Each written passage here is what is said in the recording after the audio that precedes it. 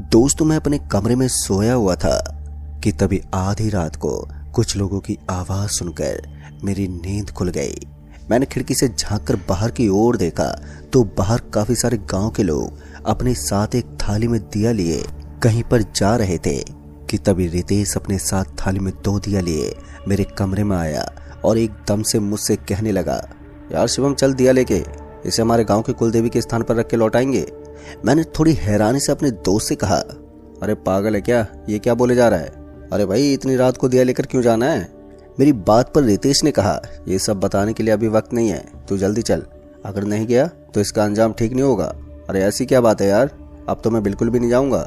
रितेश के लाख कहने पर भी मैं नहीं गया, ये जानने के लिए कि आखिर क्यों इस गांव के लोग हर पूर्णिमा की रात को आधी रात दिया जलाने जाते हैं। मेरी तरह अगर आप लोग भी ये जानना चाहते हैं तो इस कहानी के अंत तक हमारे साथ जुड़े रहिए। दोस्तों, मेरे नाम शिवम है और बचपन से ही मुझे घूमने फिरने का बहुत शौक है। खास करके जब भी मैं ग्रामीण इलाकों में घूमने जाता हूँ तो ना जाने क्यों मुझे कुछ अपनापन सा महसूस होता है। मेरा जन्म शहर में हुआ था और मैंने अपनी पढ़ाई शहर में की थी, लेकिन जब मैं अपने कॉलेज के दिनों में था तो मेरे साथ एक ऐसी घटना घटी जिसने मेरी पूरी जिंदगी ही बदल कर रख दी। तो चलिए मैं आपको विस्तार से अपनी आप बीती एक कहानी के नजरिए से सुनाता हूँ।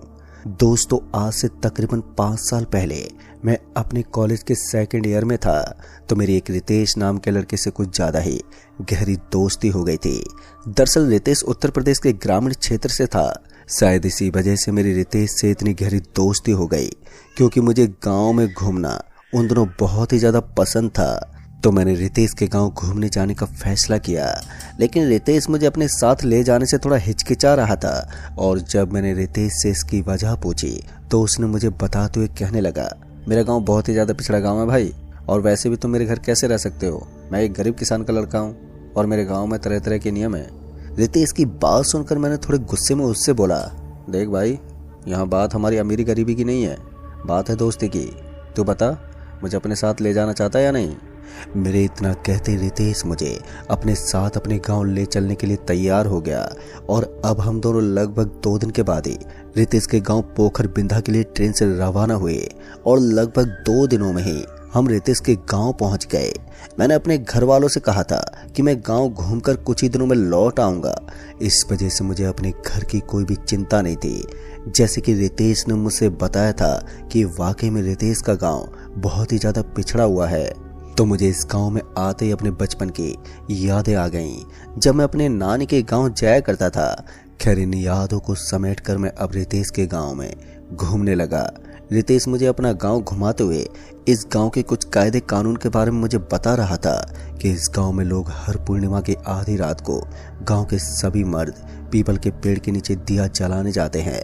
और जब मैंने इसका कारण रितेश से पूछा तो रितेश ने मुझे अपनी बचपन की कुछ यादों को मुझे बताते हुए कहने लगा कि बचपन से आज तक जितने भी समय मैं इस गांव में रहा हूँ, एक भी ऐसी पूर्णिमा की रात नहीं होगी जिस दिन कोई भी उस पीपल के पेड़ के नीचे दिया जलाने ना गया हो।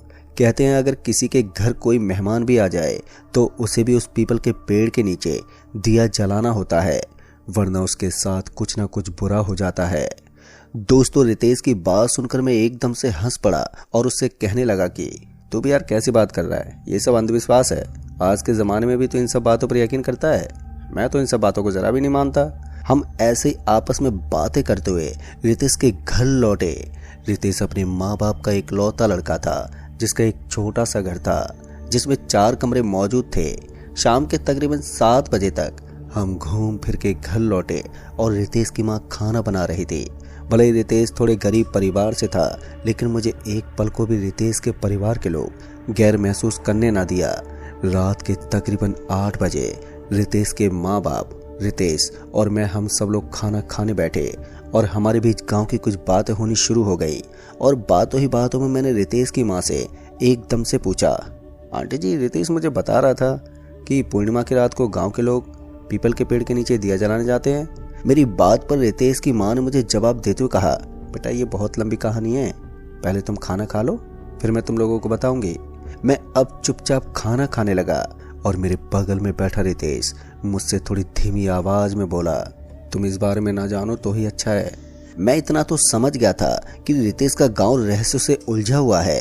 हो ना हो ये अंधविश्वास से ज्यादा और कुछ नहीं है। मेरे मन में तरह तरह के सवाल घूम रहे थे, क्योंकि मैंने अपने जीवन में पहली बार ऐसे किसी गांव के बारे में नहीं सुना था और मैं ये जानने के लिए उत्सुक था कि आखिर इसके पीछे की असल वजह क्या है, जो कि रितेश मुझे बताने नहीं चाहता था।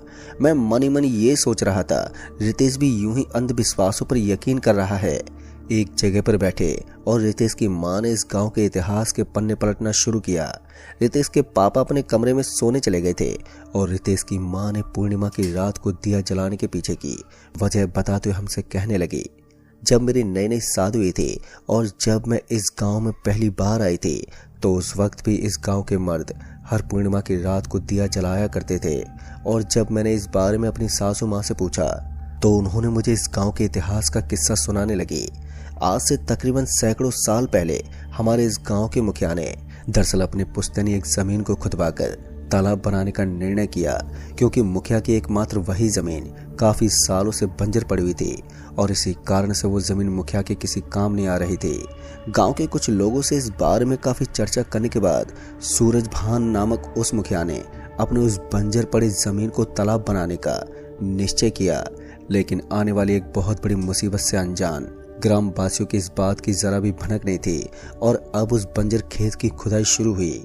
2 दिनों तक काफी मेहनत से उस बंजर जमीन को खोदने के बाद जब तीसरे दिन उस बंजर जमीन को खोदने गए तो उसमें से जो निकला उसने पूरे गांव वालों को भयभीत कर दिया कि तभी उन्हीं खुदाई कर रहे मजदूरों में से एक मजदूर ने उस चीज को हाथ लगाया। उस मजदूर के हाथ लगाते ही उसे दिल का दौरा पड़ गया और वो वहीं पर तड़प तड़प कर मर गया, जिससे भयभीत होकर गांव वालों ने एक बहुत ही प्रसिद्ध तांत्रिक को अपने गांव बुलाया। और जैसे तांत्रिक उस जगह पर पहुंचा तो उस तांत्रिक ने अपनी आंखें बंद कर वहीं पर ध्यान में बैठ गया, जैसे मानो वो आंखें बंद करके उस जगह के इतिहास को देख रहा है। कुछ देर के बाद तांत्रिक ने अपनी आंखें खोली और गांव वालों को चेतावनी देते हुए कहने लगा, घोर अनर्थ, पुनः इस गांव से अब मर्दों की संख्या कम होने वाली है, वो लौट आई है। उस तांत्रिक की बात सुनकर गांव के सारे मर्दों में खलबली मच गई और अब सबके जहन में एक ही सवाल घूम रहा था कि कौन लौट आई है और आखिर जमीन से ये जो वस्तु निकली है इसका क्या तात्पर्य है। अब एक एक करके गांव वाले उस तांत्रिक से इस मसले में विस्तार से बात को कहने लगे। इस दौरान शाम हो चुकी थी और लगभग गांव के सभी लोग उसी बंजर जमीन के पास मौजूद थे जहां से वो वस्तु निकली थी। गांव वालों के सवालों का जवाब देते हुए वो तांत्रिक कहने लगा कि इसी जगह पर सदियों पहले एक पूर्णिमा नाम की एक डायन को जिंदा दफना दिया गया था और मरते मरते उस डायन ने गांव को ये श्राप दिया था कि वो इस गांव से मर्दों का खात्मा करने लौट कर आएगी और साथ में ये भी बद्दुआ दी कि उसके शरीर का कोई भी वस्त्र या जो कुछ भी उस डायन ने छुआ है या अपने शरीर में धारण किया है, अगर उन वस्तुओं को किसी ने भी छुआ तो उसकी मौत हो जाएगी। उस डायन के मरने के पश्चात ही गांव वालों ने बड़े बड़े तांत्रिकों से उसी जगह पर डायन के इस्तेमाल की हर उन वस्तुओं को जमीन में गड़वा दिया और मंत्रोच्चारण से उस डायन की आत्मा को उसी जगह पर अभिमंत्रित कर दिया गया, क्योंकि जब भी कोई टोना टोटका करने वाली डायन की मृत्यु होती है तो उसकी आत्मा को इतनी आसानी से मुक्ति नहीं मिलती। वो एक बहुत ही शक्तिशाली प्रेत बन जाती है और यही कारण है कि उसके शरीर के साथ साथ उसके वस्त्र और उसके अन्य वस्तुओं को भी उसके साथ दफन कर दिया गया है। फिर उस घटना के बाद से आज दोबारा उसी जगह पर यह तालाब की खुदाई शुरू करके आप लोगों ने उचित नहीं किया है। दोस्तों, तांत्रिक की बात सुनकर गांव वाले उस तांत्रिक के सामने गिड़गिड़ाने लगे और इस समस्या का समाधान पूछने लगे। गांव वालों की डरी सहमी हालत को देखकर तांत्रिक ने बताया कि एक आखिरी उपाय है, मैं अपनी सिद्धियों से यहाँ पर यज्ञ करूंगा और उस डायन की आत्मा को पुनः यहाँ अभिमंत्रित कर दूंगा। लेकिन उस यज्ञ के बाद से इस गांव के हर मर्द को हर पूर्णिमा की रात यहाँ पर एक दीपक जलाना होगा और अगर किसी आदमी ने जानबूझकर पूर्णिमा की रात को दिया नहीं जलाया तो उसका परिणाम मुझे भी नहीं मालूम। जैसा कि तांत्रिक ने कहा था, उस यज्ञ के बाद से उसी जगह गांव वालों ने एक पीपल का पेड़ लगा दिया और तब से आज तक हर पूर्णिमा की रात को गांव में मौजूद हर मर्द उस पेड़ के पास आधी रात को दिया जलाने जाते हैं। तभी आंटी ने बोला कि अच्छा, अब तो तुम दोनों समझ गए ना कि आधी रात को गांव के लोग दिया क्यों जलाने जाते हैं। तभी मैंने एकदम से रितेश की माँ से बोला, बहुत अच्छी कहानी थी आंटी, लेकिन मैं इन सब बातों में विश्वास नहीं करता हूँ। मेरी बात सुनकर रितेश ने मुझे चुप रहने का इशारा किया और रितेश की माँ ने हमें सोने को जाने को बोला और हम दोनों सोने के लिए अपने कमरे में चले गए। ना जाने क्यों मुझे रितेश की माँ की सुनाई गई वो कहानी महज एक मनगढ़ंत कहानी प्रतीत हो रही थी और उस विषय में काफ़ी सोच विचार करने के बाद एकदम से मुझे सारा माजरा समझ में आ गया। हो ना हो गांव वाले अपने पूर्वजों की इन्हीं किस्सों कहानियों की वजह से आज भी ये परंपरा निभा रहे हैं और गांव वाले अब उस जगह को कुल देवी का स्थान समझकर हर पूर्णिमा की रात को गांव के सारे मर्द दिया जलाते हैं। और अगर कोई भी शख्स उस दिन दिया जलाने ना जाए और अगर कुछ ना हुआ तो गांव का ये अंधविश्वास भी हमेशा हमेशा के लिए खत्म हो जाएगा। इन्हीं विचारों में खोया हुआ कब मेरी आंख लग गई मुझे पता ही नहीं चला।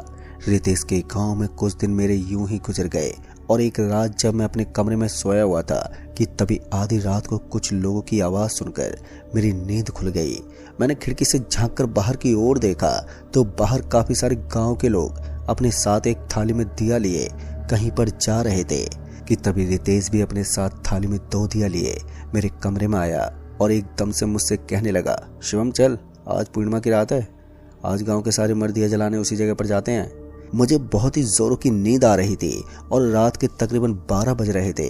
मैंने रितेश से नींद की हालत में बोला, यार मैं नहीं जाऊंगा, मैं इन सब में विश्वास नहीं करता हूँ, अंधविश्वास है ये सब। मेरी बात सुनकर रितेश मुझे अपने साथ चलने के लिए विनती करने लगा क्योंकि अगर मैं नहीं गया और इस बात का पता गांव वालों को लगा तो अच्छा नहीं होगा, क्योंकि गांव वालों का मानना था अगर एक भी शख्स दिया जलाने से वंचित रह जाता है तो डायन पुनः जीवित हो जाएगी या तो उस शख्स के जीवन पर उस डायन का श्राप का दुष्परिणाम हो सकता है। रितेश के बार बार कहने पर भी मैं उसके साथ दिया जलाने नहीं गया क्योंकि मुझे एक तो नींद आ रही थी और दूसरी ओर मेरा ये मानना था कि अंधविश्वास की कहानियां हैं ये, ऐसा सच में थोड़ी हो सकता है। अगली सुबह रितेश घबराया हुआ मेरे कमरे में आया और एकदम से मुझसे कहने लगा, अब तुम्हें अपने घर लौट जाना चाहिए क्योंकि गांव वालों को अगर भनक भी लग गई कि तुम दिया जलाने नहीं गए थे तो अनर्थ हो जाएगा। मैंने रितेश से कहा, ठीक है मैं अपने घर चला जाता हूँ, लेकिन देखा ना कुछ नहीं हुआ मुझे, मैं तो पहले से कह रहा था ये सब अंधविश्वास है और कुछ नहीं है। दोस्तों 2 दिन के बाद ही मैं अपने शहर अपने घर में लौट आया, लेकिन कुछ ही दिनों के बाद मुझे आधी रात को एक औरत के डरावने सपने आने शुरू हो गए और देखते ही देखते मेरा मन अब धीरे धीरे विचलित होने लगा। मुझे किसी काम में मन नहीं लगता और मैं अब सारे दिन एक कमरे में ही पड़ा रहता। मेरी हालत दिन प्रतिदिन बिगड़ने लगी। एक दिन मैं अपने कमरे में बैठा हुआ था कि तभी रितेश का फोन आ गया और जैसे मैंने फोन उठाया तो रितेश घबराई हुई आवाज में मुझसे कहने लगा, शिवम तू ठीक तो है ना? रितेश की आवाज सुनकर मैंने बोला, हाँ भाई मैं तो ठीक हूँ, बोल इतना घबराया क्यों है तू? मेरी बात पर रितेश ने मुझे बताया कि उसके गांव में जिस पीपल के पेड़ के नीचे दिया जलाया जाता था उस पेड़ में न जाने कैसे आग लग गई और वो जगह पूरी तरह से जल गई है, जिससे गांव वाले भयभीत हैं क्योंकि गांव वालों का मानना है कि जरूर ही कोई जानबूझकर उस रात दिया जलाने नहीं गया था। अभी रितेश इतना कह ही रहा था कि एकदम से उसका फोन कट गया। अब मैं एक गहरी सोच में पड़ गया कि क्या वाकई में रितेश के गांव की कहानी सच तो नहीं है। मैंने एक बार फिर रितेश के पास फोन लगाया, लेकिन फोन अब स्विच ऑफ बता रहा था।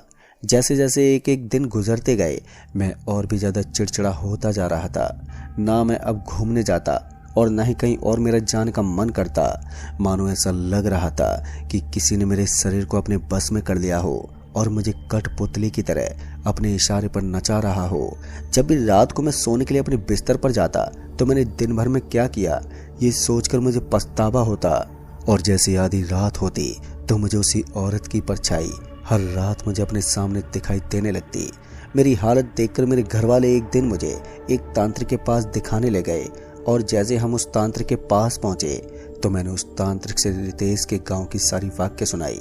मेरी पूरी कहानी सुनकर तांत्रिक मुझ पर क्रोधित होकर कहने लगा, तुम्हें किसी की आस्था के साथ यूं खिलवाड़ करने का कोई हक नहीं है। इतना कहकर वो तांत्रिक मेरे सिर पर हाथ रख के कुछ मंत्र बुदबुदाने लगा और एकदम से अपनी आंखें खोलकर मुझसे कहने लगा, वो जो भी है उसकी शक्ति बहुत प्रबल है, मैं पूरी तरह से इस बालक को उससे मुक्त नहीं कर सकता। हर पूर्णिमा की रात वो शक्ति इसके शरीर पर विराजमान होगी। मैं एक ताबीज बना देता हूँ जिसके प्रभाव से ये बाकी के दिन पहले के जैसे सामान्य रहेगा, लेकिन हर पूर्णिमा की रात आप इसे कमरे में बंद कर देना और ध्यान रहे ये दोबारा उस गांव में न जाए। क्योंकि अगर ऐसा हुआ तो इसके ऊपर और गांव वालों के ऊपर बहुत ही बड़ा संकट आ सकता है। दोस्तों इतना कहकर वो तांत्रिक उस ताबीज को बनाने लगा और कुछ ही क्षणों में वो ताबीज तैयार हो गई और मैंने उस ताबीज को पहन लिया, जिसको पहनते मैं अपना शरीर हल्का महसूस करने लगा। और उस दिन के बाद से आज भी मुझे हर पूर्णिमा की रात मेरे घर वाले मुझे एक कमरे में बंद कर देते हैं। उसके अगली सुबह सब सामान्य हो जाता है, जैसे मानो कुछ हुआ ही ना हो। और आज तक मैं हर रोज रितेश के पास फोन मिलाता हूँ कि एक बार मेरी उससे बात हो जाए, लेकिन उस दिन के बाद से आज तक उसका फोन स्विच ऑफ है। तो दोस्तों इस कहानी में बस इतना ही। कहानी आपको पसंद आई हो तो वीडियो को लाइक शेयर कमेंट जरूर कर दें।